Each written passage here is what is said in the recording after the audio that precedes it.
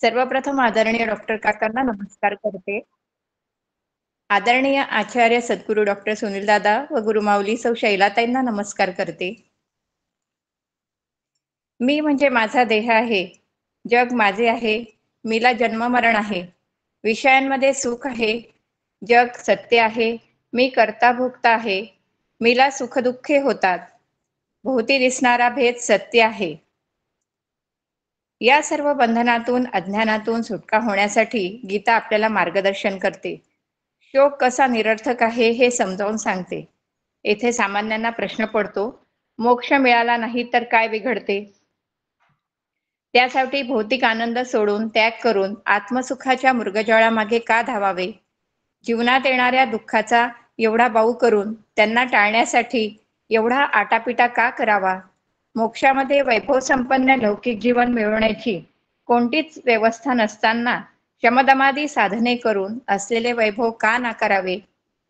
ज्यांना जीवनात यश मिळत नाही त्यांचे मोक्ष हे आश्रयस्थान आहे. मोक्ष ही केवळ कल्पना आहे, समज आहे का? या सर्व प्रश्नांची उत्तरे गीतेमध्ये, संत वाङ्मयांमध्ये, उपनिषदात सापडतात.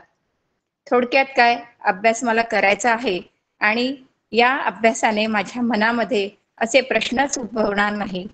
मी कोण आहे याचा शोध घेणे अवघड आहे. मोक्षशास्त्राने विश्वाचा तपशील शोधणारे व त्याच सुखाने जगू पाहणाऱ्यांना हे आव्हान स्वीकारण्याची गरज वाटत नाही. थॉमस एडिसनने विजेच्या दिव्याचा शोध लावून जगाला रात्रीही प्रकाशाची सोय करून दिली. मात्र भगवद्गीतेने ज्ञानप्रकाश दाखवून अंतरंग उजळण्याची सोय केली. बाहेरील प्रकाशाच्या झगमगाटात रमणाऱ्यांना ज्ञानप्रकाशाकडे ढुंकूनही पाहावेसे वाटत नाही.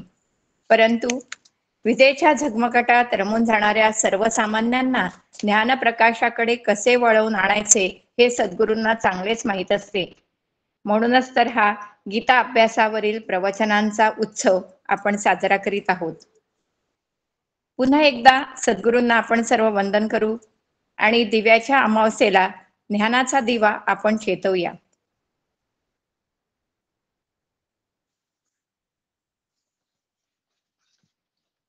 काल आदरणीय सुरेंद्रजी देव यांनी अभ्यासपूर्ण चिंतन केले होते.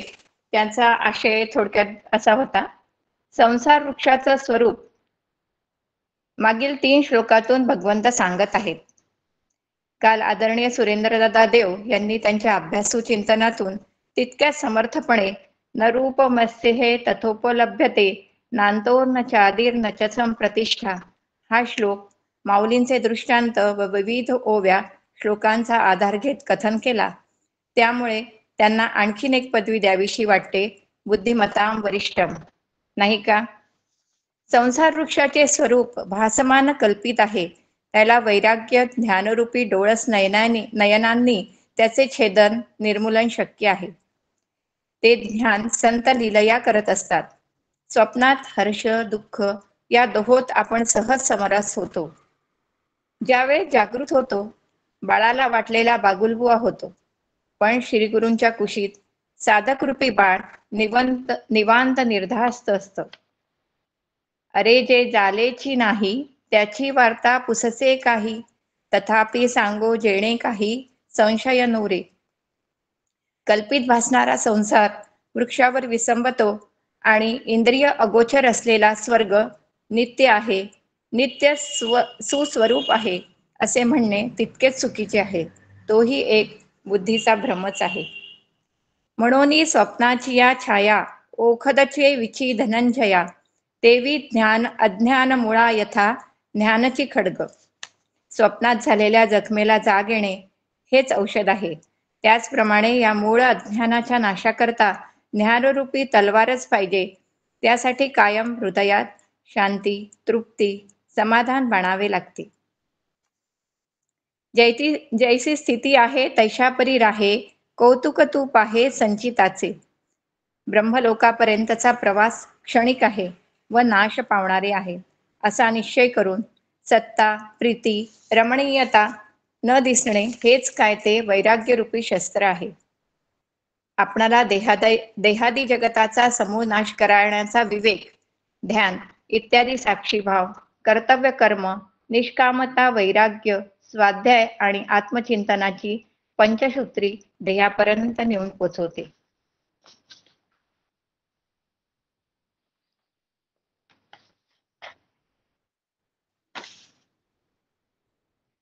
आज गीता पठणाची जबाबदारी सद्गुरूंनी बच्चा कंपनीतील श्रीपादवर टाकलेली आहे. श्रीपाद पंकज देशपांडे सौ रश्मी व पंकजदादा देशपांडे यांचा पुत्र आहे. तो 7व्या वर्गात Saint Aloysius English medium school Yavatmal येथे शिकतो. बेटा श्रीपाद, तू पठणाला सुरुवात करू शकतोस. भगवान श्रीकृष्ण यांना वंदन. परमपूज्य श्री गुरु डॉक्टर काका यांना वंदन. परम आदरणीय सुनील काका आणि शैला काकू यांना वंदन व आदरणीय नीला आजी यांना वंदन करतो व पठणाला सुरुवात करतो. ओम श्री परमात्मने नमः. श्रीमद्भगवद्गीता अथ पंचदशोऽध्यायः. श्री भगवानुवाच ऊर्ध्वमूलमधःशाखम् अश्वत्थं प्रावुरव्ययम् छन्दांसि यस्य पर्णानि यस्तं वेद स वेदवित्. अधश्चोर्ध्वं प्रसृतास्तस्य शाखा गुणप्रवृद्धा विषयप्रवालः. अधश्च मूलान्यनुसन्ततानि कर्मानुबन्धीनि मनुष्यलोके. न रूपमस्येह तथोऽप्यलभ्यते नान्तो न चादिर्न च सम्प्रतिष्ठा. अश्वत्थमेनं सुविरूढमूलम् असङ्गशस्त्रेण दृढेन चित्वा ततः पदं तत्परिमार्गितव्यं यस्मिन् गता न निवर्तन्ति भूयः. तमेव चाद्यं पुरुषं प्रपद्ये यतः प्रवृत्तिः प्रसृता पुराणी. निर्माणमोहाजितसंगदोषा अध्यात्मनित्या विनिवृत्तकामः. द्वन्द्वैर्विमुक्तः सुखदुःखसंज्ञे गच्छन्त्यमूढा पदम् अव्ययं तत्. न तद्भासयते सूर्यो न शशाङ्को न पावकः.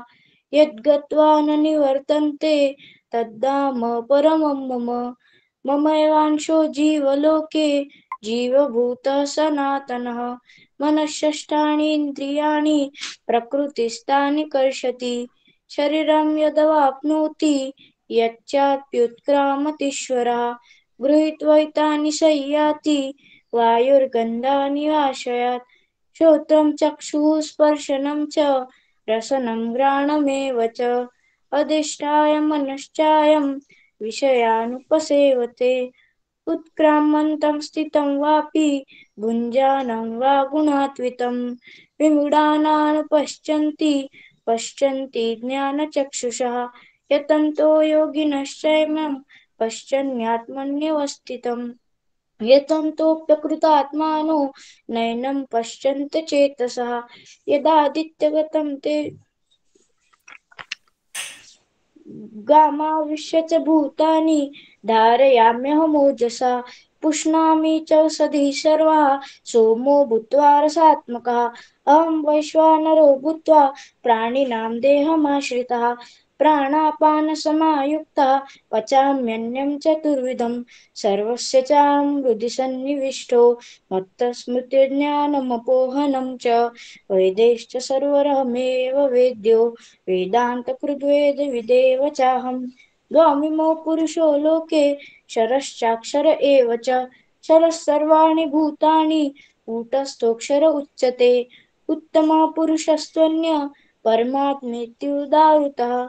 यो लोकत्रयमाविश्य बिभर्त्यव्यय ईश्वरः. यस्माक्षरमतीतोऽहम् अक्षरादपि चोत्तमः. अतोऽस्मि लोके वेदे च प्रतितः पुरुषोत्तमम्.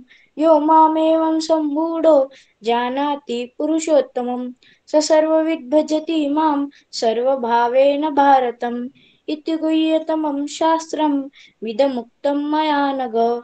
एतत् बुद्ध्वा बुद्धिमान् स्यात् कृतकृत्यश्च भारतः.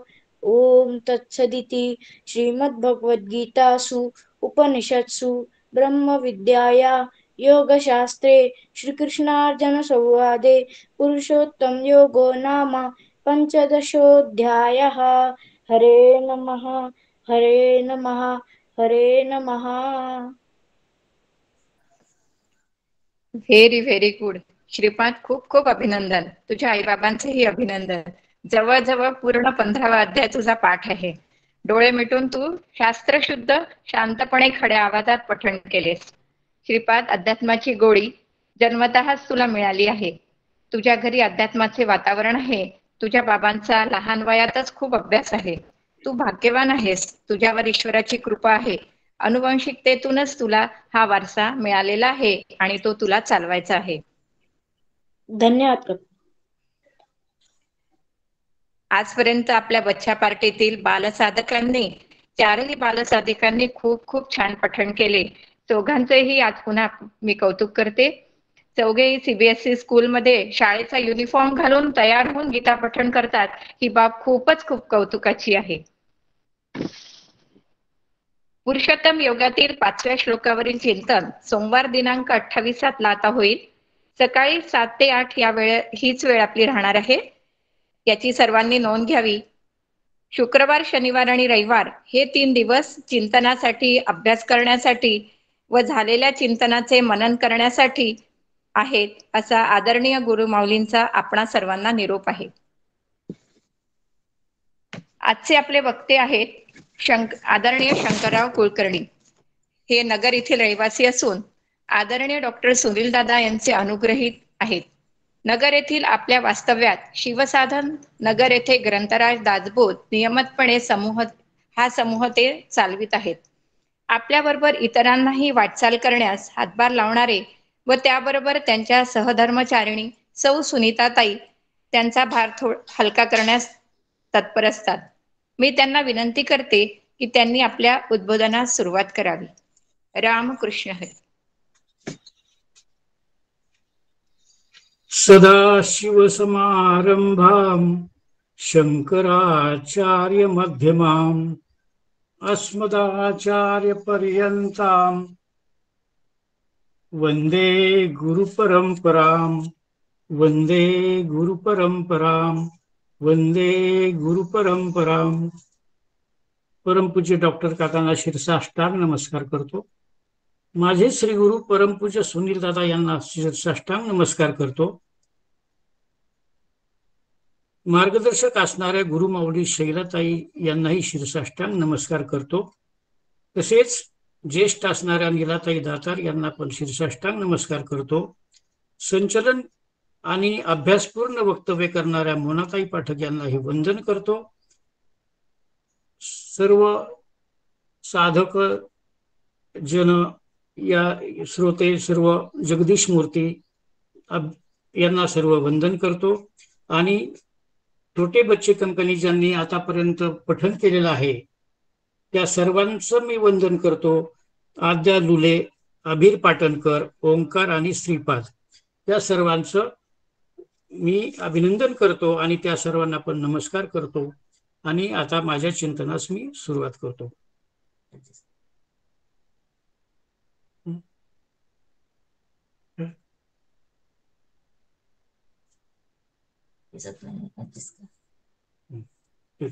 आता छान आहे.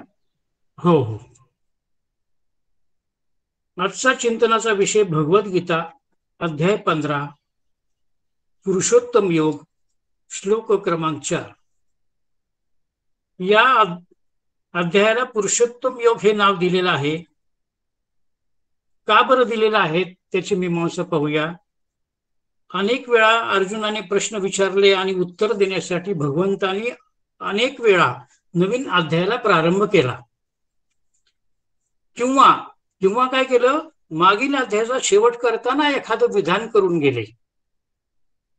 यापूर्वी भगवंतांनी काय केलेलं आहे, कर्मयोग, भक्तियोग, ज्ञानयोग याचा महिमा गायलेला आहे. पण यावेळी काय झालं की इथं भगवंतांची अशी इच्छा होती की आपलं स्वतःचं गूढ रहस्य आपल्या शिष्यांना प्रगट करून दाखवायची त्यांची इच्छा झाली. आणि दुसरी इच्छा काय झाली तर त्यांना म्हणजे शिष्यांना, भक्तांना स्वतःच्या स्वरूपाप्रमाणे बनवण्याची इच्छा झाली. आणि त्यामुळं त्यांनी स्वतःचं पूर्ण स्वरूप या अध्यायामध्ये प्रगट केलेलं आहे आणि म्हणून या अध्यायाला पुरुषोत्तम योग असं नाव दिलेलं आहे. आणि याच्यामध्ये आहे काय, तर याच्यामध्ये गीताशास्त्राचं सार प्रतिपादन केलेलं आहे. काय आहे हो हे सार? हे सार म्हणजे किती छोटा असणार आहे. सार असं आहे, ब्रह्म सत्यम जगत मिथ्या जीवो ब्रह्मैव नापरा. सच्चिदानंद परब्रह्म हेच शाश्वत असून दृश्यरूप नामरूपात्मक जगत मिथ्या आहे आणि जीव हाच परब्रह्म स्वरूप आहे. आता बघा, हे सार आहे, हे आपल्याला सतत आपल्या बुद्धीला हॅमर करायला पाहिजे. हॅमर करावं लागतं, नाहीतर आपलं ते दृढ राहत नाही. आता सोपा शब्द आहे दृश्य आणि नामरूपात्मक. कालच पंकज देशपांडे यांनी दृश्य निरसनावर खूप छान बोलले, मला कौतुक वाटलं. आणि एवढ्या लहान वयात एवढी तयार झालेली मंडळी पाहून मला आश्चर्य वाटतं, कारण त्या मानाने मी खूप उशिरा जॉईन झालेलो आहे. तर म्हणायचं काय की आपल्याला दृश्य रूप आणि नामरूपात्मक हे दररोज दिसतंय आपल्याला, पण जे दिसणार आहे ते मिथ्या ठरवायला आपल्याला इतकं जड का जावं? काय दिसणार आहे आपल्याला? डोंगर दिसतो, झाड दिसतं, समोर टेबल दिसतोय, एखादा पदार्थ गुलाबजाम दिसतोय, किंवा व्यक्ती दिसते, किंवा माझा देह दिसतोय. हे सर्व कसं आहे? त्या सर्वांना आकार आहे, ह्या सर्वांना नाम आहे, आणि म्हणून ह्या सर्वांना काय म्हणायचं? नामरूपात्मक. आपण बसल्या जागेवर कितीतरी पदार्थ वस्तू आपल्याला दिसतात, पण ते सगळं मिथ्या आहे. म्हणजे माझं शरीर पण मिथ्या आहे हे समजून घ्यायला आपल्याला जड जातं. त्याच्यासाठी आपण कितीतरी ग्रंथ पालथे करतो, कितीतरी वर्षानुवर्ष आपला अभ्यास चालू आहे, जन्मोनजन्म आपला अभ्यास चालू आहे, परंतु आपण जगत मिथ्या लवकर समजलं जात नाही. आणि म्हणून हे सार एवढंच का घेतलं आहे? हे सार याच्यामध्ये घेतलं आहे की नामरूपात्मक जगत मिथ्या आहे आणि जीव हाच परब्रह्म स्वरूप आहे. आपण असा हा पुरुषोत्तम योग अभ्यासत आहोत. मला पुरुषोत्तमाचं स्वरूप प्राप्त करून घ्यायचं आहे, तर ते कसं घ्यायचं आहे? तर ते काय आहे? तर पूर्णता हेच परमेश्वराचं स्वरूप आहे, पुरुषोत्तमाचं स्वरूप आहे. म्हणून आपण प्रथम पूर्णत्व म्हणजे काय, पूर्णता म्हणजे काय, हे एक थोडंसं पाहूया. मानवी जीवनाचं काय लक्ष्य आहे की पूर्णता मिळवणे. अपूर्ण असलेलं मनुष्याला चालत नाही. जीवाची धाव ही पूर्णत्वाकडे आहे, आनंदाकडे आहे. दुःखाकडे नाही तर आनंदाकडे आहे. दुःख हे अपूर्ण आहे आणि आनंद हा पूर्ण आहे. अंधार हे अपूर्ण आहे, प्रकाश हे पूर्ण आहे. तर प्रत्येक मनुष्य आयुष्यामध्ये मर्यादित वस्तूवर समाधान मानत नाही, आनंद मानत नाही, प्रेम करत नाही, तर तो प्रेम करतो पूर्णत्वावर. नदीला समुद्राला मिळाल्याशिवाय पूर्णत्व वाटत नाही, तोपर्यंत तिचं शांतच वाटत नाही, किंवा तिचं गंतव्यस्थानाला गेल्याशिवाय परिपूर्ण होत नाही. तसंच आपलं पण आहे. म्हणजेच काय, पूर्ण व्हावं ह्या इच्छेने जगत असतो, प्रत्येक जीव जगत असतो. सगळे जीव पूर्ण होण्यासाठी प्रयत्न करतात आणि जीवनात केव्हा तरी आपण पूर्ण व्हावं असं वाटत असतं. अशी सर्वांचीच धाव पूर्णतेकडे आहे आणि मनुष्य त्यामुळे सतत प्रार्थना करत असतो. काय प्रार्थना करत असतो? असतो मा सद्गमय, हे ईश्वरा आम्हाला असत्याकडून सत्याकडे घेऊन चल. तमसो मा ज्योतिर्गमय, अंधाराकडून प्रकाशाकडे घेऊन चल आपण, अशी ईश्वराला प्रार्थना करत असतो. मृत्युर्मा अमृतमय गमय, अशी मृत्यूकडून अमृतत्वाकडे मला घेऊन चल अशी आपण प्रार्थना करत असतो. तात्पर्य आपलं अपूर्णत्व जे असतं ना, त्याच्यामध्ये आपण असंतुष्ट असतो. उदाहरणार्थ, ग्रॅज्युएट झालोय मी, पण माझं पोस्ट ग्रॅज्युएशनच झालं नाही, मी राहून गेलं. अपूर्णता. मला डेप्युटी कलेक्टर व्हायचं होतं, पण मी 6 वेळा ट्राय केला, पण नाही जमलं. शेवटी तलाठ्याच्या परीक्षेत पास झालो आणि त्याच पदावर मला हजर व्हावं लागलं. काय झालं? ही अपूर्णता.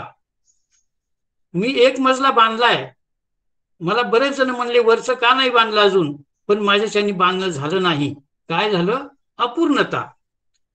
मी मनोबोधची परीक्षा दिली, मी विशारद झालो, पण मला प्राज्ञ परीक्षा द्यायची राहिली, सखोल परीक्षा द्यायची राहिली. हे काय आहे? हे सगळे लौकिकातली अपूर्णता आपल्याला जाणवत असते. अशा रीतीने हे कशामुळे पाहिलं आपण? पूर्णता. आपल्याला पुरुषोत्तम योग्य साध्य करून घ्यायचं आहे. त्यासाठी हे पूर्णतेकडे आपल्याला जायचं आहे. आपल्याला जीवनाची खरी पूर्णता काय आहे ते पाहायचं आहे. आता अध्यायाला प्रारंभ करताना काय झालेलं आहे? भगवंतानी संसार वृक्षाचं स्वरूप प्रगट करण्यासाठी अश्वत्थ वृक्षाचं रूपक आपल्यासमोर ठेवलं आहे. आपण 3 दिवसापासून पाहत आहोत. अश्वत्थ वृक्ष म्हणजेच संसार वृक्षाला अश्वत्थाची उपमा दिलेली आहे. संसाराच्या सागरामध्ये जीवाचं काय चाललेलं आहे की तो अखंड बुडालेला आहे, तो सर्व बाजूने ग्रासलेला आहे. संसार कसा आहे? बहिरंगाचा आहे, बहिरंगाचा नसून अंतरंगाचा आहे. मग जीवाचं काय झालेलं आहे? जीव दशेला प्राप्त झाल्यावर तो अविद्येने ग्रासलेला आहे. मग काय करतो? मी देह समजतो, देह खरा समजतो, आणि मी करता समजतो, मी भोगता समजतो, आणि इथंच सगळी गल्लत झालेली आहे. आणखी काय समजतो? मी देह समजल्यामुळे मी सुखी समजतो, मी दुःखी समजतो, मी संसारी समजतो, मी मर्त्य समजतो, अशा कल्पना करतो. मग सुखी समजायचं का नाही? नाही समजायचं. आपल्याला सुखरूप व्हायचंय. सुखी समजलो तर दुःखी होणार आहे. दुःखी का समजतो? मी आनंद स्वरूप आहे, दुःखी का समजायचं? मग संसारी माणूस सगळं ओझं आपल्या याच्यावर घेतो, ममत्वाचं ओझं घेऊन वागतो. मग काय होतं? हे कशामुळे समजलं गेलं आहे? मनानेच निर्माण केलेलं हे मोहजाल आहे. संसार हा कसा आहे? मानसिक आहे. तो परमेश्वराने निर्माण केलेला नाहीये. तो जीवाने स्वतःच्या कर्तृत्वाने, स्वतःच्या अज्ञानाने निर्माण केलेला आहे. तो काय करतो? मनुष्य जीव आपल्याच कल्पनांना सत्यत्व देतो. इतकेच नव्हे तर समोर आलेल्या विश्वाला सत्यत्व देतो, विषयालाही सत्यत्व देतो. म्हणून तो विषयाभिमुख होतो, म्हणून त्याला विषयाविषयी प्रेम उत्पन्न होतं, तो विषयासक्त होतो. विषय प्राप्ती आणि विषय भोगाकडे तो सतत गेलेला असतो, आणि हीच त्याची इतिकर्तव्य असते. कुणाची? अज्ञानी मनुष्याची, अविवेकी मनुष्याची, संसारात गुरफटलेल्या मनुष्याची. म्हणून मला या संसारातून मुक्त व्हायचंय, हे माझं ध्येय आहे. आणि याच्यासाठीच आपल्याला हा अभ्यास आपला चालू आहे. अंतरंगात मला पूर्णता प्राप्त करायची आहे. त्यासाठी मला काय करावं लागेल? तर मला विषयातून बाहेर पडावं लागेल. मग विषयातून बाहेर पडायसाठी काय करावं लागेल? तर माझं मन मला अनुकूल करावं लागेल. कारण काय आहे? मन हेच साधन आहे. मन करारे प्रसन्न, असं तुकोबांनी सांगितलेलं आहे. मन कसं पाहिजे? प्रसन्न पाहिजे. माझ्या श्रीगुरूंनी पण तेच सांगितलं की माझ्या प्रसन्नतेवर ओरखडा उमटला नाही पाहिजे, इतकं प्रसन्न आपण असलं पाहिजे. मग हे प्रसन्न करणारं कोण आहे? तर ते मन आहे. पण मन हे काय करतं? कल्पना करतं आणि सतत बंधन निर्माण करतं, आसक्ती निर्माण करतं, आणि आसक्तीमुळे सतत रागद्वेष आदी गुणामध्ये अडकतं. मग हे जे बंधन निर्माण केलेलं आहे ते बंधन झुगारून देता आलं पाहिजे. त्याच्यासाठी मनाच्या कल्पनेतून मुक्त व्हायला पाहिजे. मन हे काय आहे? मोक्षाचं साधन आहे. म्हणून एव मनुष्यानाम कारणम बंध मोक्षयो. यावरून असं सिद्ध होतं. याच्यावरून काय सिद्ध होतं? हे अध्यायाच्या सुरुवातीला आहे काय सांगितलंय की मी कसं असावं? तर मी आसक्ती रहित असावं. आसक्ती हे सर्वच मूळ आहे. मी अंतर्मुख झालेला असावं, माझं मन शुद्ध असावं, हेच मोक्षाचं साधन आहे. यासाठी भगवान अश्वत्थ वृक्षाचं रूपक घेऊन संसार वृक्षाचं स्वरूप सांगण्यास पहिल्या अध्यायाला त्यांनी सुरुवात केलेली आहे. या अध्यायामध्ये ऊर्ध्वमूलम असा शब्द आलेला आहे. ऊर्ध्वमूलम म्हणजे काय? बुद्धे ऊर्ध्वम. म्हणजे ते परब्रह्म स्वरूप कुठं आहे, ते बुद्धीच्याही पलीकडे आहे. आपण वर म्हणतो त्याला. आपण एखादा GR यायचा आहे व माझ्या काहीतरी उपयोगाचा आहे, तर तो येणार आहे, मी त्याची 2 महिन्यापासून वाट पाहत आहे, तर तो कुठून येणार आहे, तर तो मंत्रालयातून येणार आहे किंवा आणखी सेंट्रल गव्हर्नमेंट कडून येणार आहे. त्याला वर हा शब्द आपण वापरतो श्रेष्ठ सिद्ध करण्यासाठी. तसं वर ऊर्ध्व मूलम, वर म्हणजे ब्रह्मस्वरूप हे बुद्धीच्या पलीकडे म्हणजेच वर आहे. मग हा संसार वृक्षाचं आपण वर्णन 3 दिवसापासून ऐकतो आहे. हा त्रिगुणात्मक मायेचं कार्य आहे. तो अविद्येतून निर्माण झाला आहे. तो वास्तव नाही, तो सत्य नाही, तो काल्पनिक आहे. ज्याप्रमाणे जीव झोपेमध्ये असतो त्याला दीर्घ स्वप्न पडतं, मग ते स्वप्न खरंय का हो? ते काल्पनिक आहे, ते सत्य नाही, ते मिथ्या आहे. तसं स्वप्न निर्माण करतो ते जसं सत्य नसतं, तसं हे आयुष्य आपलं जे आहे जन्मापासून ते अंत समयीपर्यंत आयुष्य, हे सुद्धा दीर्घ स्वप्न आपण समजायचं आहे आणि आपली मनोरचना तशी करून घ्यायची आहे. आपला अभ्यास तिथपर्यंत गेला पाहिजे. मग आपलं काय कर्तव्य आहे आता, की हा संसार वृक्ष जर मिथ्या आहे आणि तोच आपल्याला मोक्षासाठी अडथळा आहे, तर त्याचा नाश करणं हा माझा पुरुषार्थ आहे, हा प्रत्येकाचा पुरुषार्थ आहे, हा जीवाचा पुरुषार्थ आहे. त्याचं वर्णन झालेलंच आहे की वृक्षाला डेरेदार सुंदर वृक्ष दिसत आहे, पानांनी भरलेला आहे, पण हे कुणाला वाटतं की सर्वांची दृष्टी त्याच्याकडे आकर्षित होत आहे. लोक वृक्षाच्या फळाफुलांचा भोग घेण्यास प्रवृत्त झाले आहेत. हे कोण लोक आहेत हो? हे अविवेकी लोक आहेत.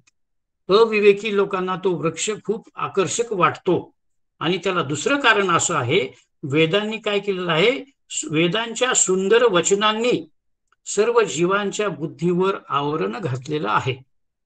त्यामुळे संसार वृक्षाचे दोष असून सुद्धा आवरणामुळे ते आपल्याला दिसत नाहीत आणि आपल्याला संसार गोडच वाटतो. वेदांचे मंत्र ऐहिक पारलौकिक फळांचं प्रलोभन दाखवतात आणि जीवाची बुद्धी मोहित करतात. आणि मग आपलं काय होतं, आपण त्या दोष आपल्याला न दिसल्यामुळे खावो पिवो मजा करो असा तो वृक्ष आपल्याला आवडायला लागतो आणि मग आपण ध्यायतो विषयांकुसकडे जातो. आपण विषयाचं ध्यान करतो आणि त्याच्यानंतर पुढं पुढं पुढं पुढं आपण विषयामध्ये खोल खोल रुतून जातो. म्हणून काय करायला पाहिजे, ह्या वृक्षाला समजून घ्यायला पाहिजे. आणि जो कोणी समजून घेतो, जो कोणी वृक्षाला तत्वता जाणतो, तोच वेदवित होतो. अशा रीतीने संसार वृक्षाचं वर्णन आपण थोडक्यातच पाहत आहोत.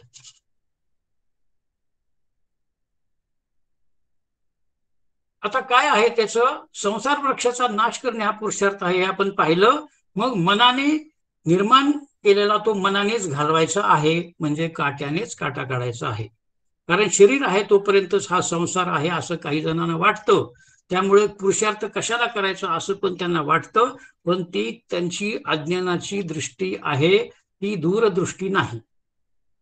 मग त्यांची दूरदृष्टी का नाही, तर त्यांना हे कळत नाही की आपण अनंत कोटी जन्मामध्ये आपण अनंत कर्म केलेले आहेत, आपले जन्म अनंत झालेले आहेत. एवढाच पहिला जन्म मनुष्य देहाचा आपला झालेला नाही. आपलं वय किती आहे, ईश्वरा एवढं आणि ब्रह्माचाच मीच ब्रह्म आहे आणि मी ईश्वराचा अंश आहे. त्यामुळे आपलं हे संसार हा थांबतच नाही, सतत चालूच आहे. त्याच्यासाठी आपण नदीचा प्रवाह कसा आहे, प्रवाहाने नित्य आहे, हे पण आपण पाहिलेलं आहे. मग पुरुषार्थाची काय गरज आहे, याचं कारण काय आहे, तर प्रारब्ध कर्मानुसार मनुष्याला वर्तमान शरीर प्राप्त होतं, पण त्या जन्मात तो फक्त प्रारब्धच भोगतो असं नाही, तर तो इतर त्याचं कर्म पण चालू असतं आणि नवीन नवीन कर्म तो करत राहतो आणि ती नवीन नवीन कर्म संचितात जमा होतात आणि त्यामुळे संचित वाढत जातं. त्यामुळे संचित कर्म संपतच नाही आणि त्यामुळे जीव त्या गुणांच्या साह्याने, सत्वरजतमाच्या साह्याने त्याचं पोषण करतो. अशा रीतीने संसार हा संपणारा नाही, म्हणून त्याला गुणप्रवृद्धा विषय प्रवाला असं म्हटलेलं आहे. संसार हा वाढतच चाललेला आहे. तो 3 गुणांच्यामुळे त्याचं पोषण होत आहे. प्रत्येक गुण झाल्यावर त्या गुणांचे विकार वाढत जातात, पाप पुण्य वाढत जातं आणि संचितात भर पडत जाते. म्हणून सद्गुरू आपल्याला सांगत असतात की पापात्मक पापे नरकात जाईये, पुण्यात्मक पापे स्वर्गात जाईये, माते पाविजे शुद्ध पुण्य. हे शुद्ध पुण्य आपण मिळवायला पाहिजे, हे आपल्याला सद्गुरू मार्गदर्शन करत असतात. हा संसार वृक्ष वाढत चाललेला आहे. हे पाहिलं आपण. कसा वाढतोय तो? फांदी, अंकुराला फांदी आणि फांदीला अंकुर, अशा तऱ्हेने तो वाढत जातो. विषय प्रवाला म्हणजे विषयरूपी अंकुर वाढत आहेत. शब्द स्पर्शादी हे जे 5 विषय आहेत ते अंकुर वाढत असतात. अशा तऱ्हेने भोग्य विषयांचा आणि इंद्रियाचा संकर्षण होतो, त्यातून अनुभव निर्माण होतो आणि मनामध्ये संस्कार रूपाने असलेले हे सुप्त कराम विकार उफाळून येतात आणि मन सतत विकारयुक्त होतं.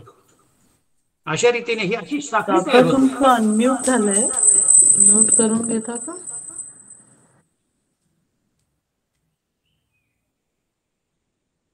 विषय सन्निकर्ष विकार आणि विकारातून पुन्हा कर्म, ही साखळी अव्याहत चालू राहते. त्यामुळे संसार कमी न होता वाढत जातो. तो संसार दृढ झालेला आहे. तो अधिक दृढ कसा झाला तर मनुष्य कामनेने प्रेरित होतो, चांगले वाईट कर्म करतो, षड्विकारांचे संस्कार होतात, तेच संस्कार दृढ होतात आणि वासना तयार होतात आणि पुन्हा नवीन संकल्प, त्यातून विषय कामना, त्यातून कर्मात प्रवृत्त, अशा रीतीने संसार वृक्षाची अवांतर जी मुळं आहेत त्या वासनांची पाळेमुळे इतके खोल गेलेली असल्यामुळे हा वृक्ष दृढ झालेला आहे.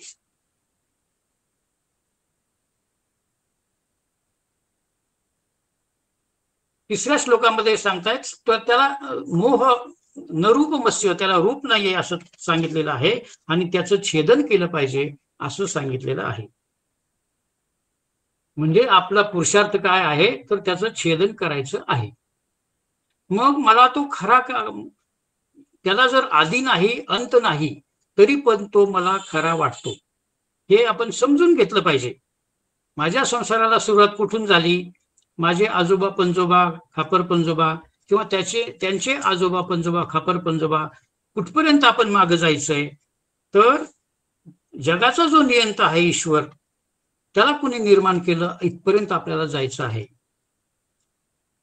जगी थोरला देव तो चोरलाशी असं समर्थांनी म्हटलेलं आहे.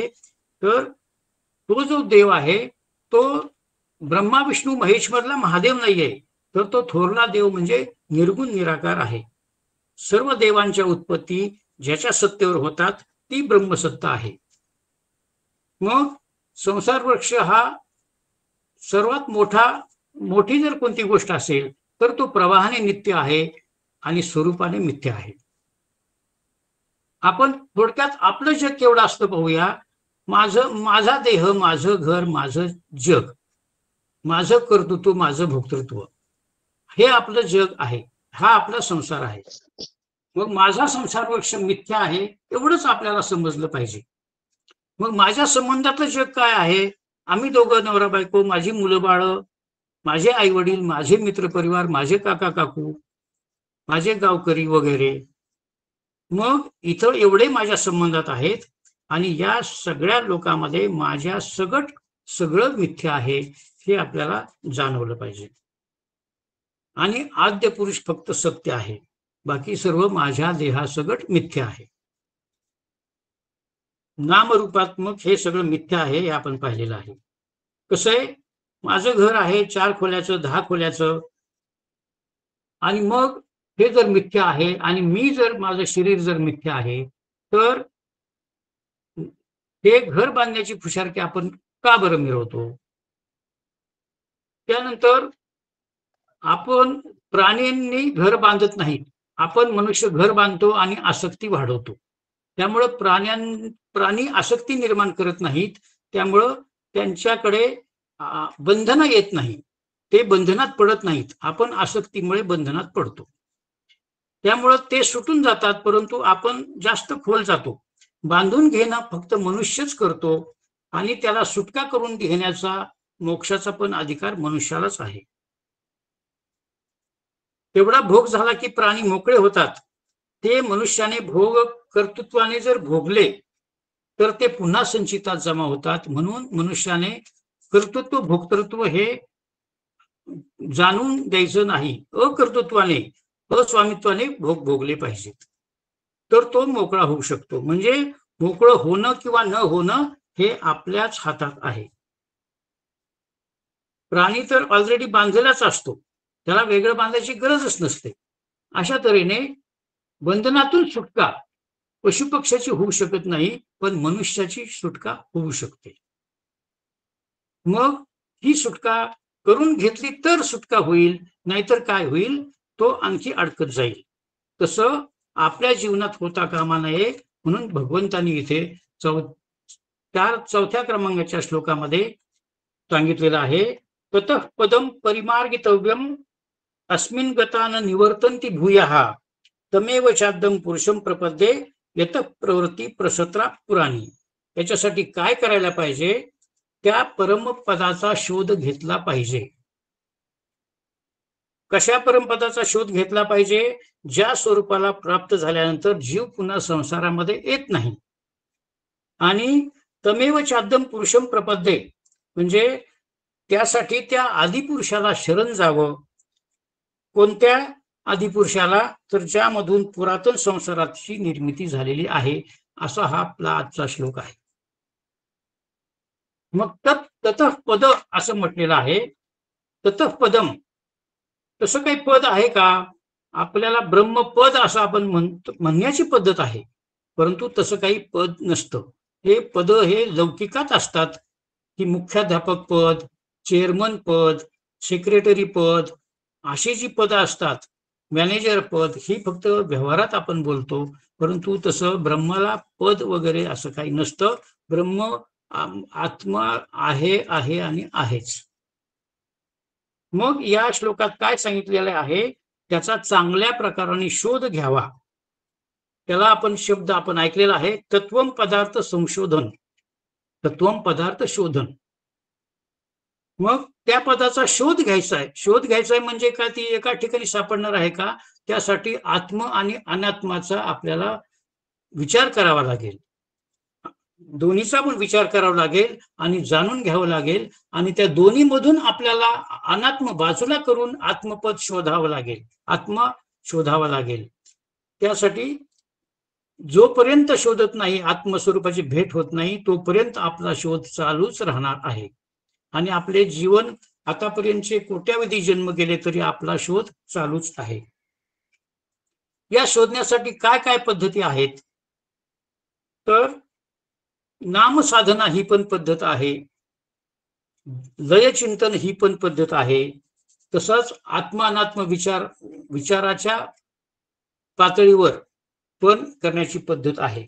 अशा रीतीने आपल्याला या पदाचा शोध घ्यावा असं या श्लोकात सांगितलेलं आहे. शोध घ्यायचा म्हणजे ते हरवलंय का?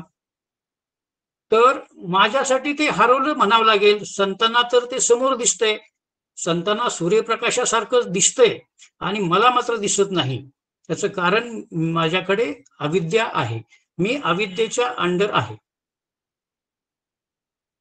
संतांना इतकं क्लिअर सरळ दिसतं, स्वच्छ दिसतं की मुक्ताबाई म्हणतात ब्रह्मदिशे उघडे, जगामध्ये ब्रह्मदिशे उघडे. आणि संतांना ते उघडं दिसत असून मला मात्र झाकलेलं दिसतंय.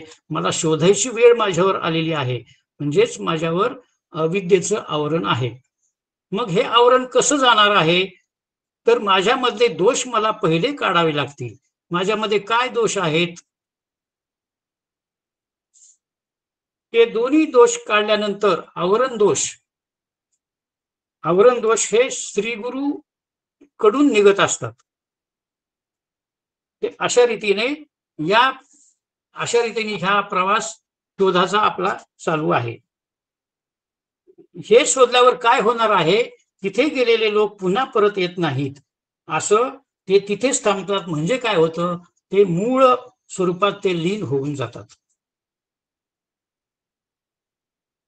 त्या पुरुषापासून ही पुरातन संसार वृक्षाची परंपरा विस्तारलेली आहे. संसार वृक्ष पुरातन आहे म्हणजे किती पुरातन आहे हे आपल्याला ठाऊक नाही. म्हणून त्याला अनआदी, ज्याला आरंभ नाही म्हणून अनादी म्हणायचं. तो केव्हा संपणार आहे म्हणजे त्याचा अंत केव्हा आहे ते पण माहित नाही, म्हणून त्याला आपण अनंत, अनंत आहे असं आपण त्याला म्हणतो. तर दोन्ही पण अनंत आहे. काय काय अनंत आहे? ब्रह्म पण अनादी अनंत आहे आणि संसार वृक्ष हे पण अनादी अनंत आहे. आणि अज्ञानामुळे जे अनंत असतं ती माया आणि ते जगत आहे. हा प्रचंड संसार वृक्षाचा जो विस्तार आहे तो सगळा विस्तार त्या तत्वाच्या अधिष्ठानावरच आहे. प्रत्येकाची मतं वेगळी असतात. काही जण समजतात की तो सत्य आहे म्हणजे त्याला जग खरं वाटतं, म्हणजेच ती जगसत्यत्व भ्रांती झाली, देहसत्यत्व भ्रांती झाली. काही जणांना काय वाटतं, तो मिथ्या आहे परंतु भासतो आहे. त्यानंतर काही जणांना वाटतं की तो ब्रह्मरूप आहे आणि काही जणांना वाटतो जो झालेलाच नाही. समर्थ म्हणतात तसं, अरे ते झालेची नाही त्याची वार्ता पुसची काही. असं हे आपला शोध चालू आहे. हा त्याचा क्रमविकासाचे टप्पे आपण पाहिले. प्रत्येकाला वेगळं वेगळं वाटतं. मग आता आपण काय गृहीत धरूया? संसार वृक्ष गृहीत धरून तो ईश्वर चालवतोय हे तर आपल्याला माहितच आहे. ईश्वरानेच सगळं काही हे चालवलेलं आहे. मग नंतर आपल्याला विचाराने ब्रह्म सत्य आहे आणि तो वृक्ष भासतो आहे असा निर्णय आपला हळूहळू होत जाईल. वास्तविक तो नाही पण तरी पण भासतो आणि मायेची ही शक्ती असल्यामुळे तो भासतो. मायेमध्ये तेवढी ताकद आहे की खरं नाही परंतु ते आपल्याला भासवायचं. अघटित घटना पटियसी माया असं तिला म्हटलेलं आहे. नंतर पुढे आणखी विचाराने हे विचाराचं मंथन चालूच आहे. आपला परमार्थ हा विचाराचाच आहे. असं ठरतं की जो वृक्ष आहे तो ब्रह्मरूपच आहे, कारण ब्रह्माशिवाय दुसरं काही अस्तित्वातच नाहीये. कारण सर्वम खलविदम ब्रह्म हे त्यांचं वाक्य आहे. आपल्याला नामरूपाने भरलेला संसार दिसतो, तो माईक आहे. म्हणजे कसं झालं, सुरुवातीला आपण ठरवलं तो सत्य आहे, नंतर ठरवलं मिथ्या आहे, माईक आहे, तिसऱ्यांदा ठरवलं ते ब्रह्मरूप आहे आणि चौथ्यांदा तो झालेलाच नाही. अशा रीतीने मंथन करून आपल्याला पाहायचं आहे.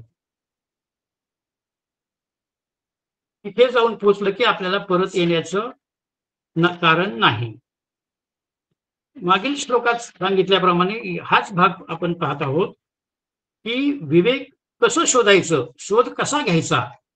तर विवेक वैराग्य संपन्न साधकाने सर्व विषयांच्या आसक्तीचा त्याग करावा, एशनत्रयींचा त्याग करावा, म्हणजे सर्व कर्म संन्यास घ्यावा आणि त्यानंतरच तो परंपराचा शोध घ्यावा. म्हणजे शोध घेण्याच्या अगोदर आपली ही बैठक तयार पाहिजे. याचा अर्थ काय की सर्व कामनांचा त्याग आणि विषयासक्तीचा त्याग एवढं साध्य आहे का आपलं? एवढंच करून थांबायचंय का? एवढंच करून थांबायचं नाहीये. कामना त्याग आणि विषयाचा त्याग झाल्यावर हे साधन आहे, हे परमपद प्राप्तीचं साधन आहे. हे साधकानं इथं लक्षात ठेवायचं. म्हणजेच आसक्तीचा त्याग करून तीव्र वैराग्य प्राप्त झाल्यावर साधकाने स्वस्थ न बसता आतापर्यंत झालेल्या साधनाने काय झालेलं आहे तर अवांतर मुळांचाच नाश झालेला आहे. मग मुख्य मूळ तर नाश करायचं राहिलेलं आहे. मग ते मूळ कसं नाश करायचंय? संसार वृक्षाचं मुख्य मूळ असलेल्या अविद्या मायेचा नाश अजून झालेला नाही. मुख्य मूळ जर तसंच राहिलं तर नंतर काही काळाने परत त्याला फाटे फुटतात आणि वृक्ष वाढतच जातो आणि तो तर आपल्याला समूळ नष्ट करायचा आहे. या वृक्षाचा समूळ उच्छेद होणं आवश्यक आहे आणि याप्रमाणे साधकाने काय करावं?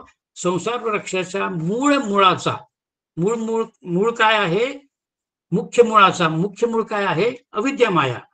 आणि त्याचाच नाश करण्याचं ठरवावं. म्हणून त्याचा आपल्याला शोध घ्यायचा आहे. मग याचा अधिकारी कोण आहे, त्याचा नाश करायला कोण अधिकारी आहे? तर विवेक वैराग्य संपन्न पुरुषच त्याचा नाश करायचा अधिकारी आहे. तोच परमात्मा प्राप्तीचा अधिकारी आहे. आणि म्हणजेच कसा पाहिजे साधक? साधन चतुष्टय संपन्न पुरुषच झालेला पाहिजे. सूत्रकार म्हणतात अथतो ब्रह्म जिज्ञासा. साधन चतुष्टय संपत्ती प्राप्त नंतरच त्याने ब्रह्मविचार करणं योग्य आहे. संन्यस्त श्रवणम कुर्यात. सर्व कर्म संन्यास घेऊनच शास्त्राचं श्रवण केलं पाहिजे. या न्यायाने जिज्ञासू साधकाने अत्यंत दृढ श्रद्धेने व अनंत भक्तीने श्री गुरूंना शरण गेलं पाहिजे. श्रुतीच्या सहाय्याने श्रवण मनन निधिध्यासन केलं पाहिजे. श्री गुरु शिवाय स्वबुद्धीने ब्रह्मविचार करायचा नाही, हेच इथं सूचित केलेलं आहे. आचार्य सुद्धा म्हणतात पंडिते नापि स्वातंत्र्येन ब्रह्मान्वेषणम न कुर्यात.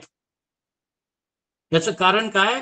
स्वबुद्धी प्रामाण्याने जर सद्गुरु शिवाय केलेला विचार जर तो असेल तर तो सदोष असतो. कारण काय? तर राग द्वेष आणि अहंकाराने तो प्रेरित असतो. म्हणून स्वतःच्या बुद्धीने ब्रह्मविचार करायचा नाही. हा विचार साधकाला परमपदाला प्राप्त करून देऊ शकणार नाही, तर अनेक प्रकारच्या भ्रामक कल्पनामध्ये तो अडकवेल. म्हणून काय केलं पाहिजे? परमपदाचा शोध करण्यासाठी, तत्व साक्षात्कारासाठी विवेक वैराग्य संपन्न साधकाने सद्गुरूंना शरण गेलं पाहिजे आणि बुद्धी ब्रह्मविद्येचे श्रवण मनन केले पाहिजे. बरं, हे केलं, पुढं काय करायचं? पुढं कोणतं फळ मिळणार आहे? तर श्लोकामध्ये पुढं सांगितलेलं आहे यस्मिन गतान निवर्तन्ते. म्हणजे काय होतं पुढं? याचं फळ कोणतं मिळतं?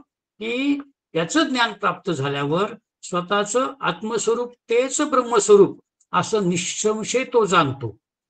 आणि मग काय होतं की प्रत्येगात्म स्वरूप परब्रह्मात तो स्वस्थ होतो. ही स्वरूपाची स्थिती प्राप्त करणं म्हणजेच निरतिशय आनंदाची स्थिती प्राप्त करणं, आणि या स्वरूपामध्येच संपूर्ण संसाराची निवृत्ती होते. आणि जे आपलं जे ध्येय आहे संसार वृक्षाचा नायनाट करायचा, त्या ध्येयापर्यंत आपण इथं या श्लोकामध्ये आपल्याला आणून सोडलं आहे.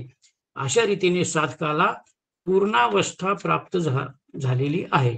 मुक्तावस्था प्राप्त होते, पूर्णावस्था प्राप्त होते. श्रुती काय म्हणते? शोकम तरती आत्मवित. मग ही अवस्था प्राप्त केल्यावर पुढं काय होतं? तर आत्मज्ञानी पुरुष शोक सागर तरून जातो, भवसागर तरून जातो. आनंद त्याला काय मिळतं? त्याला आनंद, सुख, शांती, तृप्ती, समाधान सगळं काही त्याला मिळून जातं. या परमपदाला प्राप्त झालेले पुरुष या श्लोकात सांगितल्याप्रमाणे पुन्हा अज्ञानजन्य संसारामध्ये कधीही येत नाहीत. जन्म मृत्यू रूपी संसारातून ते मुक्त होतात. अशा रीतीने आता आपण दुसऱ्या चरणाकडे वळूया. दुसऱ्या चरणामध्ये काय सांगितलेलं आहे? त्या आद्य पुरुषाला मी शरण जावं. जो कोणी पुरुष आहे ज्याच्यावर ही सगळी विश्वाची रचना भासते आहे त्याला मी आद्य पुरुषम प्रपद्ये, शरण जावं. ही शरण जाण्याची गोष्ट जरा विलक्षणच आहे की शरण जायचं असेल तर सर्व काही तोच, मी कोणीच नाही, ही भावना आपली झाली पाहिजे. मी त्याला शरण जातो याचा अर्थ असा होतो की माझी जी जीवनयात्रा आहे ती त्याच्या सत्तेवर चाललेली आहे, हे आपलं पूर्णपणे आपलं ठरलंच पाहिजे. त्याच्या अधिष्ठानावर ही देहाची यात्रा चालू आहे अशा निश्चयात राहिलं पाहिजे. ईश्वराने जसं ठेवलं तसं राहता आलं पाहिजे.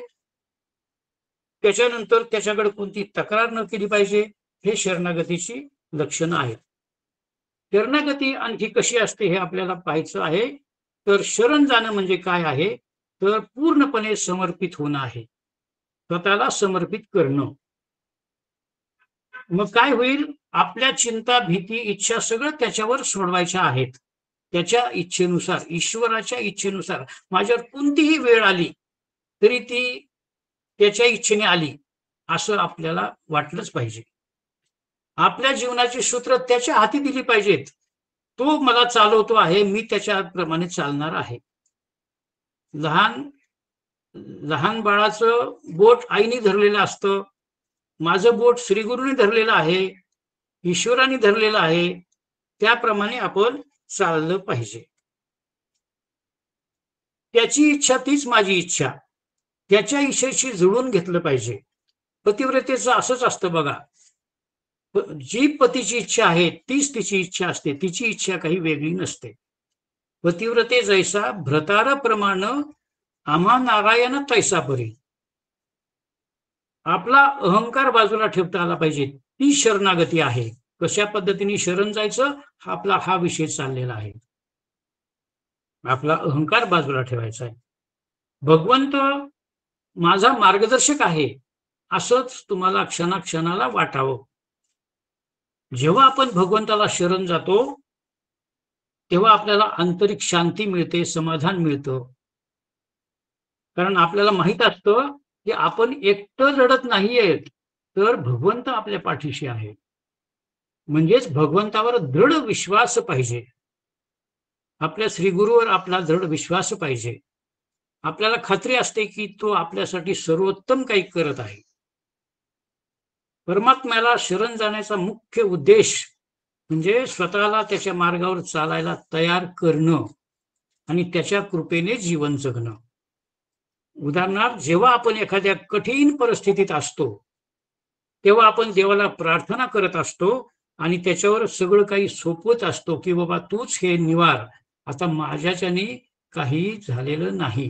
द्रौपदीने कशी प्रार्थना केली होती तशी. हे एक प्रकारची शरण जाण्याची प्रक्रिया आहे. जेव्हा आपण आपल्या चुकाची जाणीव ठेवतो आणि स्वतःला सुधारायचा प्रयत्न करतो तेव्हा आपण देवाकडे अधिक चांगलं जीवन जगण्यासाठी मार्गदर्शन मागतो. हे सुद्धा शरण जाणंच आहे. भगवंतावर पूर्ण विश्वास ठेवणे आणि त्याच्या इच्छेनुसार वागणे, तो आपल्यासाठी जे काही करतो आहे ते आपल्या भल्यासाठी करतो आहे असा दृढ विश्वास ठेवणे. परमेश्वराला शरण जाण्यासाठी आपण स्वतः काहीतरी आहोत हा भाव सोडून द्यायचा आहे. सर्व काही त्याच्या इच्छेने होत आहे हे स्वीकारायचं आहे. उदाहरणार्थ, आपली सर्व कामे, आपले सर्व निर्णय, आपल्या सर्व जबाबदाऱ्या ईश्वरार्पण करणे आहे. आपण सगळ्या जबाबदाऱ्या पेलायच्या पण त्या ईश्वरार्पण करायच्या. जसे की, हे भगवान, मी हे काम करत आहे पण तूच याला यशस्वी कर, किंवा माझ्याकडून जे काही होईल ते तुझ्या इच्छेनुसार होईल अशी भावना ठेवता आली पाहिजे. नाहीतर काय होतं, विश्वास नसल्यावर काय होतं, माझं काय होईल, कसं होईल, माझी कठीण प्रसंगाला काय होईल, कसं होईल, असा महामंत्र आपला चालतो. तसा तो समूळ आपल्यातून गेला पाहिजे. निश्चिंत राहता आलं पाहिजे. जीवनातील अडचणीला अधिक सकारात्मक दृष्टीने सामोरं जायला आलं पाहिजे की येणारे अडचण असो, अगर अनुकूल असो अगर प्रतिकूल असो, ती माझ्या प्रारब्ध योगाने आलेली आहे. आणि असं म्हणून अजिबात नाराजीचा सूर नसायला पाहिजे. परमात्म्याला शरण जाणे म्हणजे परमात्मा आपला आहे आणि त्याच्या वाचून आपल्याला दुसरं कोणीही नाही असंच वाटलं पाहिजे. आपण काही करत नसून तोच सगळं काही करतो आहे असं वाटलं पाहिजे. आता या शरणागतीमध्ये आपल्या भक्ताचे पण 4 प्रकार आहेत. मग शरणागती प्रत्येकाची वेगळी वेगळी असणार हे तर आपल्याला उघडच दिसतं आहे. 4 भक्त आहेत, आर्त, अर्थार्थी, जिज्ञासू आणि मुक्त. मग प्रत्येक जण तेवढा शरण आहे का? नाही. शरणागतीच्या आधारावरच हे प्रकार आहेत. आर्त भक्त कसा असतो, संकट आल्यावरच त्याला देवाची आठवण येते आणि मला ह्या संकटातून वाचव बुवा, आर्तता. अर्थार्थी कसा असतो, माझ्या सगळ्या गोष्टी अनुकूल व्हाव्यात, भजन करून पैसा जोडत असतो असा अर्थार्थी असतो, मतलबी असतो, स्वार्थी असतो. मग तो शरण कसा असेल? तो शरणागती पासून खूप दूर असणार. जिज्ञासू म्हणजे परमेश्वराविषयीचं ज्ञान माहीत करून घेणे, त्याला ओळखायला शिकणे हे जिज्ञासूच असतं. आणि ज्ञानी तर आपल्याला माहित आहे, ज्ञानी भक्त सर्वात प्रिय असणारा भगवंताचा भक्त आहे. अशा रीतीने हे याच्यानुसार शरणागतीवरून हे आपल्याला समजलेलं आहे. शरणागती करण्यासाठी आपल्याला जर काही मूल्य द्यावं लागतं, जे काही करायला लागतं, जो काही त्याग करायला लागतो, त्याची पण तयारी असली पाहिजे. म्हणजे मी शरणागत नाही तर काय होईल, मी शरणागत नसणार आहे, माझ्यात अनन्यता नसणार आहे, मी अनन्य भावेश शरण नसणार आहे, जर तुमची त्यागाची आणि मूल्य द्यायची तयारी नसेल तर. एवढा सगळा विचार शरणम प्रपद्येमध्ये आलेला आहे. शरणागतीचं लक्षण, माऊलींची एक ओवी आहे, माळिये जेवते नेले तेवते निवांतची ठेले, निवांतची गेले, तया पानिया ऐसे केले होवावे गा. त्या पाण्याप्रमाणे आपल्याला राहता आलं पाहिजे. पाणी कसं शरणागत असतं, खेड्यामध्ये विहिरीवरून ज्यावेळेस पाणी वाहतं, विहिरीवरून पाटामध्ये जातं, पाटावरून उसाला जातं किंवा भाजीपाल्याला जातं, त्यावेळेस माळी ते पाण्याला सोडतो आणि ते पाणी पाटाने वाहत जातं. ते पाणी काय म्हणतं का मला इकडं जायचं तिकडं जायचं, जे ते पाणी माळी जिकडं नेईल तिकडं जातं, निवांतपणे जातं, तक्रार बिनतक्रार जातं. तसं आपण भगवंत आपल्या जीवनात ज्या घटना घडून आणेल त्याला कुठलाही प्रतिकार न करता त्या स्वीकार केल्या पाहिजेत. सहन म्हणण्यापेक्षा स्वीकार म्हणायचं. नाविलाजाने नाही, आनंदाने स्वीकार कराव्यात, तर ते या ओवीला समर्पक होईल. माळिये जेवते नेले तेवते निवांतची गेले. याच्यावरून आठवलं, सहनम सर्व दुःखानाम अप्रतिकारकम. येणारे प्रारब्धानुसार येणारे सुख दुःख, विशेषतः दुःख, आपण त्याला प्रतिकार करतो, पण प्रतिकार करायची गरज नाही. आपण जर शरण गेलो तर प्रतिकाराचा प्रश्नच येणार नाही. याला स्थितप्रज्ञाचं लक्षण असं म्हणतात. माझ्या मनात कर्तृत्वाचा अभिमान आला नाही पाहिजे, करता करविता तोच आहे. शरणागतीचं आणखी एक लक्षण आहे, जैशी स्थिती आहे तैशा परी राहे, कौतुक तूप आहे संचिताचे. एकनाथी हरिपाठात ती ओवी आहे. कशाही परिस्थितीत माणसाचं जीवन कसं असतं, अपूर्ण असतं. आपण पाहिलंय, अपूर्णता पाहिली आहे. तर त्याचं जीवन अपूर्णतेने भरलेलं असतं. आपल्याला कुठंच समाधान नसतं.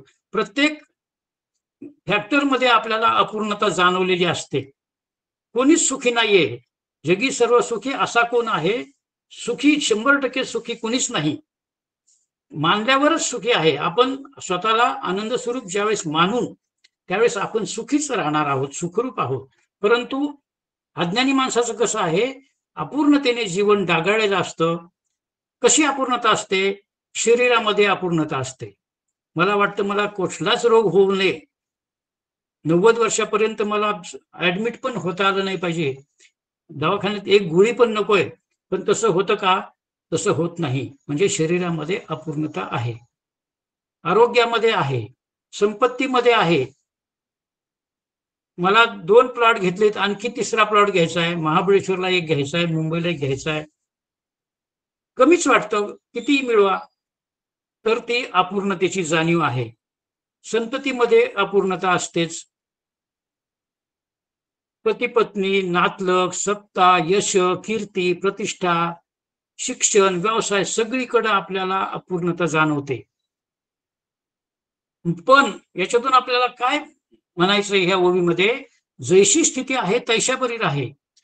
कितीही अपूर्णता असू द्या, पण जशी स्थिती आहे ती स्थिती परमेश्वराने माझ्यासाठी योग्य, आपण आताच विचार केला की तो माझ्यासाठी सगळं काही योग्यच करतोय असं जर समजलं तर ही कुठलीही अपूर्णता माझ्या मनामध्ये शिल्लक राहणार नाही.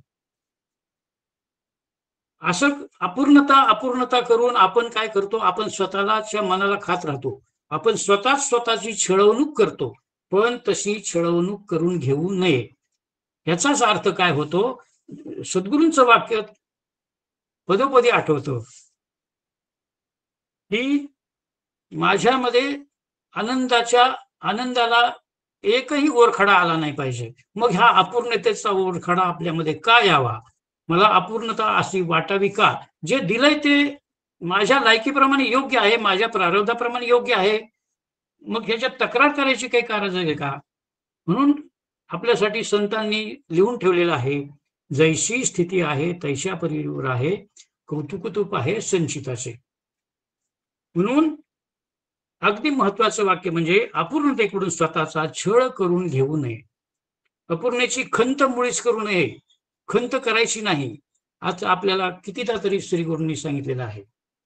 जशी परिस्थिती असेल तसं राहता आलं पाहिजे.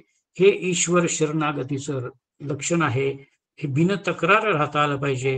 ही सर्व अपूर्णता मला एकट्यालाच माहित आहे का? परमेश्वराला सुद्धा आपली अपूर्णता माहित असते. जीवाच्या कर्मानुसारच त्याला जीवन मिळतं. मला हे जे जीवन मिळालेलं आहे, मला जन्म इथं मिळाला. मी जर म्हणालो मला मंत्र्याच्या घरी जन्म यायला पाहिजे होता, आमदाराच्या घरी जन्म यायला पाहिजे होता, हे सगळं चुकीचं आहे. किंवा मोठ्या संतांच्या घरी जन्म यायला पाहिजे होता. माझी जी योग्यता आहे तिथंच मला जन्म येणार आहे. माझ्या प्रारब्धानुसारच मला जन्म मिळत असतो. हे आपलं परिपूर्ण आपल्याला ठाम विश्वास पाहिजे. जीवाच्या कर्मानुसारच त्याला जीवन मिळतं आणि हे भगवंताला पूर्ण ठाऊक असतं. संचिताचं कौतुक पाहता आलं पाहिजे. ईश्वर कसा आहे? नियामक आहे. तो योग्य नियोजनबद्ध काम करत आहे हे जाणून घेतलं पाहिजे. तो जो ईश्वर जो जीवसृष्टी सांभाळत आहे त्याच्या प्रारब्धाच्या व्यवस्थेचं आपण आकलन करून घ्यावं आणि जी परिस्थिती आहे ती प्रारब्धानुसार असल्याने त्या व्यवस्थेचा खेळ आपण शांतपणे पाहावा. आणखी एक ओवी आहे, ठेविले अनंते तैसेची राहावे, चित्ती असू द्यावे समाधान. अनंताने आपल्याला ज्या अपूर्णतेत ठेवलेलं आहे तेच आपलं प्रारब्ध आहे हे खात्रीने समजावं. चांगल्या अवस्थेत जरी ठेवलं, वाईट अवस्थेत जरी ठेवलं, आपलं कसं आहे, चांगल्या अवस्थेत ठेवलं की काही प्रॉब्लेम नाही. दिवाळी रोज असावी, पण दुःख आम्हाला नकोय, ही तक्रार करणं योग्य नाही. आपलं चित्त नेहमी आनंदी असावं, तृप्त असावं, शांत असावं, समाधानी असावं. अशा रीतीने या श्लोकामध्ये भगवंतांनी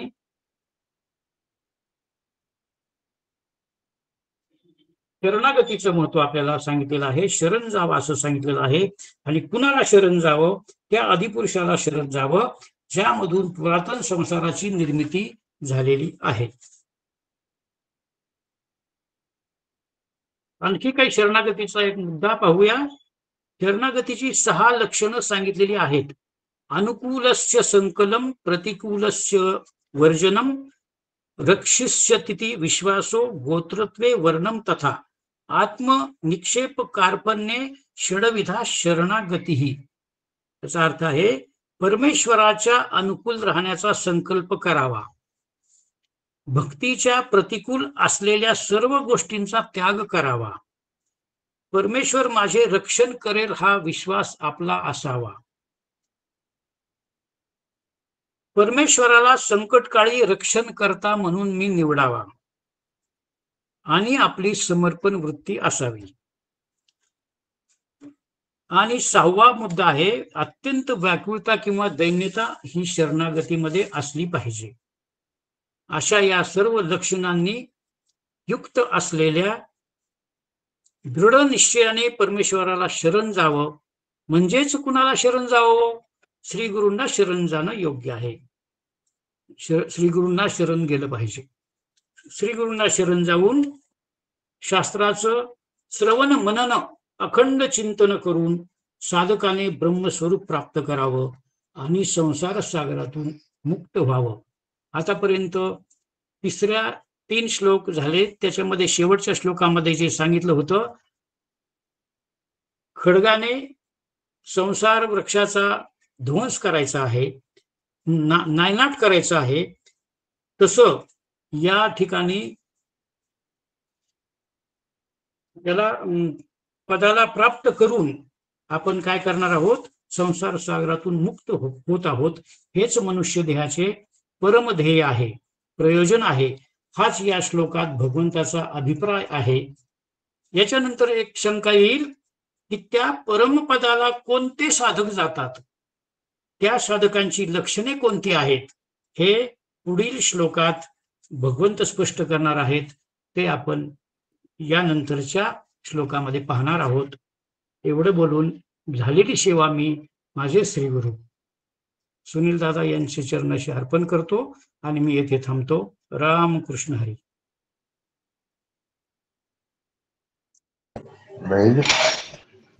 रामकृष्ण हरी. रामकृष्ण हरी. रामकृष्ण हरी. रामकृष्ण हरी. रामकृष्ण हरी. रामकृष्ण हरी दादा. रामकृष्ण हरी दादा. रामकृष्ण हरी. रामकृष्ण हरी दादा. नमस्कार. रामकृष्ण हरी दादा.